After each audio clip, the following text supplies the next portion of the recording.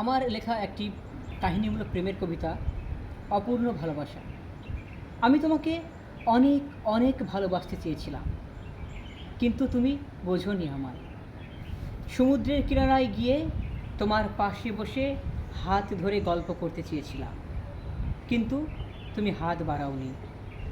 মাঝে মধ্যে বৃষ্টি হলে তোমাকে নিয়ে ভিজতে চেয়েছিলাম, তোমার হাত ধরে রাতের অন্ধকারে হারিয়ে যেতে চেয়েছিলাম, কিন্তু তুমি সন্ধ্যা নামার আগেই হারিয়ে গিয়েছিলে।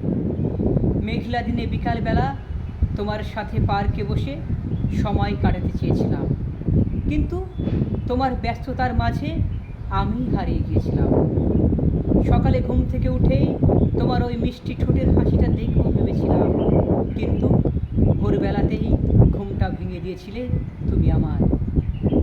তোমার ওই চোখের চাহনিতে নিজেকে হারিয়ে ফেলবো ভেবেছিলাম, কিন্তু তোমার ওই চোখ যে অন্য কারোর অপেক্ষায় সেটা বুঝতে পারি।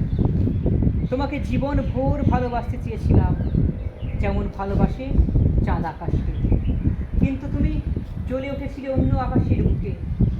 আজও মাঝে মাঝে মনে হয়, যদি ফিরে আসো আবার, যদি দেখা হয় সেই সমুদ্রের কিনারায়, হাত ধরে জড়িয়ে বলবো ভালোবাসি তোমায়। মনের আশাগুলো জাগিয়ে তুলবো আবার, মিথ্যা করেই না হয় বড় একবার, ভালোবাসি তোমায় এক